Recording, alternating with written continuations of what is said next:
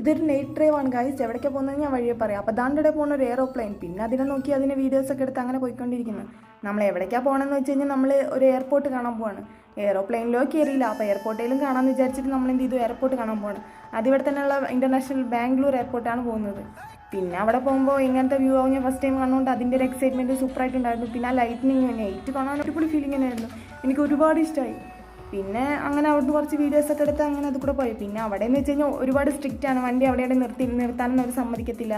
Security ഭയങ്കര restrictions എല്ലാം അങ്ങനെ ഭയങ്കര കഷ്ടമായിട്ടുണ്ടായിരുന്നു. അവിടെ നിർത്താനൊന്നും പറ്റിയില്ല. നമ്മളെല്ലാവരും കൂടി അവർ കാണാത്തൊരു സൈഡിൽ കൊണ്ട് നിർത്തിയിട്ട് നമ്മൾ കുറേ വീഡിയോസും ഫോട്ടോസും എല്ലാം എടുത്തു. നമ്മുടെ കൂടെ വന്ന ഫ്രണ്ട്സാണ്.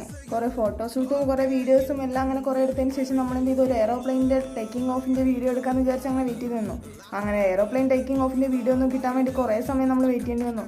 പിന്നെ അവിടെ സെക്യൂരിറ്റി ഭയങ്കര സ്ട്രിക്റ്റ് ആയതുകൊണ്ട് നമുക്ക് വീഡിയോ എടുക്കാൻ കുറച്ച് കഷ്ടപ്പാടായിരുന്നേ. അങ്ങനെ കാത്തിരിപ്പിനൊടുവിൽ നമുക്ക് വീഡിയോ കിട്ടിയേ. പിന്നെ നമ്മൾ എന്ത് ചെയ്തു, അങ്ങനെ കുറച്ച് നേരം കൂടെ അവിടെ നിന്ന് നമ്മളെങ്ങനെ നേരെ തിരിച്ചേ. പിന്നെ തിരിച്ചു വരുന്ന വഴിക്കാണ് നമ്മൾ ഒരു അടിപൊളി സ്പോട്ട് കണ്ട്. ആ സ്പോട്ടാണെങ്കിൽ എനിക്ക് ഒരുപാട് ഇഷ്ടമായേ. പിന്നെ ബാക്കി ഫോട്ടോഷൂട്ടും വീഡിയോ എടുക്കലും അവിടെ നിന്നായിരുന്നേ. അങ്ങനെ അതെല്ലാം കഴിഞ്ഞ് ഞാൻ ഈ റീൽ അക്കൗണ്ടിൽ ഞാൻ പോസ്റ്റ് ചെയ്തിട്ടുണ്ടേ. കാണാത്തവർ കണ്ട് സപ്പോർട്ട് ചെയ്യണേ. ഇന്നത്തേക്ക് ഇത്രയൊക്കെ തന്നെ ഉള്ളൂ. അപ്പോൾ എൻ്റെ വീഡിയോ ഇഷ്ടമായെങ്കിൽ സപ്പോർട്ട് ചെയ്ത് സബ്സ്ക്രൈബ് ചെയ്യണേ. അപ്പോൾ ടാറ്റാ, ബൈ ബൈ.